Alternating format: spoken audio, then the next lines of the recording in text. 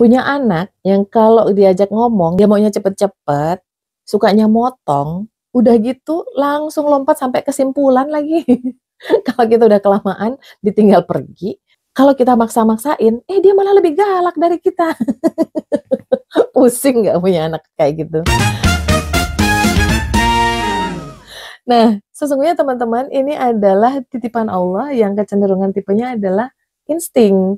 Kalau teman-teman diamanahi anak insting, ciri-cirinya memang nggak jauh-jauh dari hal kayak gini. Otak tengah dia dengan tidak adanya lapisan otak membuat dia kecenderungannya memang kalau bicara maunya cepet-cepet. Kenapa? Karena perhatiannya itu nggak terlalu panjang. Dia maunya cepet sampai kepada kesimpulan. Makanya kalau ngomong sama anak ini sebaiknya ada tips-tips yang teman-teman perhatikan. Apa aja? Yang pertama, tipsnya adalah to the point ya. Kalau ngomong sama anak tipe ini, nggak usah panjang-panjang, nggak usah pakai pembukaan, nggak usah pakai dasaran teori. Pokoknya kita langsung lompat ke apa yang kita mau. Jadi misalnya kita mau komunikasikan ke dia agar pulang sekolah langsung ganti baju dan segera sholat.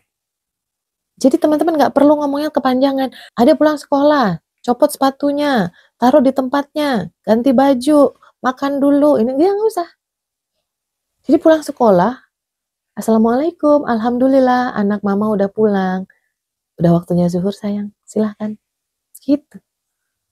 Ya, jadi ngomonglah to the point apa maksud kita. Ya, ini mungkin buat beberapa teman-teman yang tidak terbiasa akan membutuhkan pelatihan khusus nih untuk bicara yang kayak gini.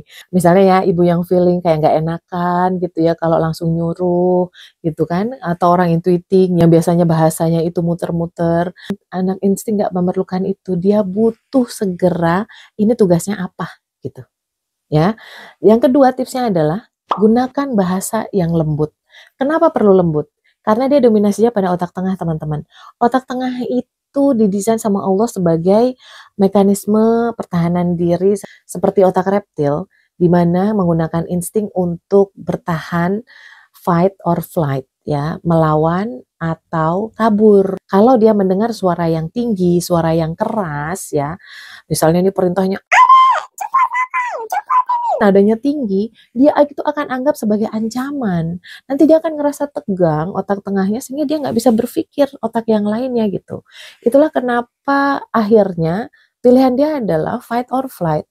Biasanya kalau dikasih bahasa komunikasi yang tinggi, perhatikan deh, kemungkinan dia akan melawan atau mungkin malah menjauh gitu. Nggak ngerjain tapi juga kabur. Bisa-bisa beneran kabur keluar atau ketakutan gitu di dalam kamar. Nah, inilah kenapa teman-teman perlu bicara dengan lembut. Jadi latihan ya, latihan vokal di nada yang menengah aja ya, menengah ke bawah ya. Jangan jadi antagonis di bagian ini ya. Gimana caranya? Silahkan teman-teman latihan karena ini udah dikasih amanah sama Allah, tipenya seperti ini ya. Tips yang ketiga, untuk bicara sama anak insting sebaiknya teman-teman itu clear dan langsung dipraktekkan. Tipe insting cara belajarnya itu dengan merangkum dan akan paling mudah bicara sesuai dengan kenyataan apa adanya dan dipraktekin. Dibandingkan kita ngomong tentang teori, kita bicara tentang pendapat orang, ya, lebih baik, akan lebih nyaman, lebih mudah komunikasinya kalau itu bicara sesuai dengan faktanya, bicara sesuai dengan prakteknya. Jadi misalnya kita mau memasukkan informasi agar anak kita terbiasa untuk menolong orang. Dek, itu ada orang butuh bantuan. Perlu kita apain? Kita bantu yuk. Nah, gitu aja, langsung praktekin. Ya, langsung praktekin. Anak insting itu diberi sama Allah kecenderungannya adalah suka menolong.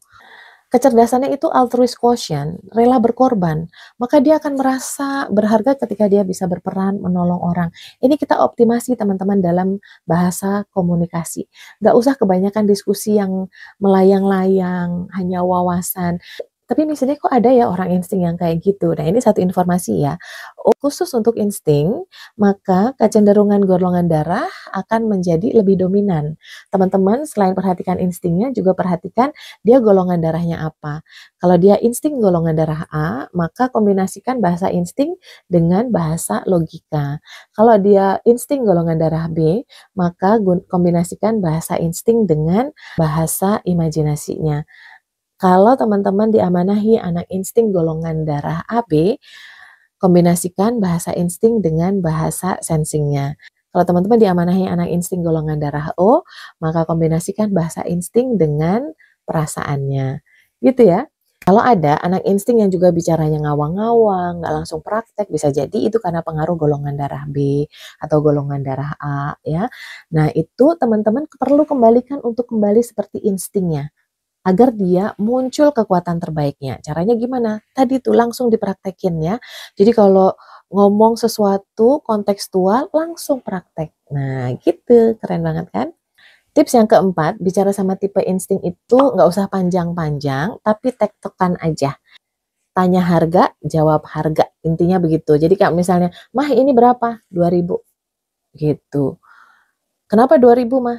Ya karena itu lebih murah daripada yang sebelahnya, yang 5.000. Kenapa lebih murah Mah? Karena kualitas yang 5.000 lebih bagus. Emang kualitasnya dari apanya Mah? Dari bahannya, dari ininya gitu. Ya, dibandingkan kita ngomong panjang nih, Dek, yang ini harganya 2.000 karena ini kualitasnya kurang bagus daripada yang ini. Nah, ini hilang dia fokusnya. Ya, lebih baik tektok-tektok, tanya jawab sesuai dengan apa yang dia tanyakan. Nggak usah pakai bahasa bersayap, pakai bahasa analogi, metafora, kiasan, pusing ya. Ngomong lugas aja, itulah ciri anak insting ya. Dan akan memudahkan bagi kita untuk bicara sama tipe ini ketika tektok, tektok, tektok. Sesuai dengan apa yang dia tanyakan. Kalau dia nggak nanya-nanya gimana Miss? Kalau dia nggak nanya-nanya, maka berikan stimulasi berupa pertanyaan yang singkat, yang lebih praktis, yang itu membuat dia menjawab dan kita bisa menerangkan sesuai dengan kebutuhannya dia. Kalau nanya sama dia dan dijawab, please jangan tanya kedua kalinya karena kemungkinan akan berubah pendapatnya. Kenapa? Karena kecenderungan tipe ini tuh labil gitu. Dia itu pengen tidak ada konflik, tidak ada perdebatan, baiknya ada di tengah-tengah aja, semuanya sama gitu. Tidak adanya lapisan otak membuat dia kecenderungannya akan mudah sekali beradaptasi, mudah sekali berubah pendapatnya. Nah, ketika kita bertanya pendapatnya misalnya, Adek mau bakso atau soto? Dia udah bilang bakso, jangan ditanya. Bener nih, yakin nih. Gak usah sok-sokan kayak gitu ya. Itu akan membuat dia bingung. Jangan-jangan orang tuaku gak suka nih dengan pilihanku.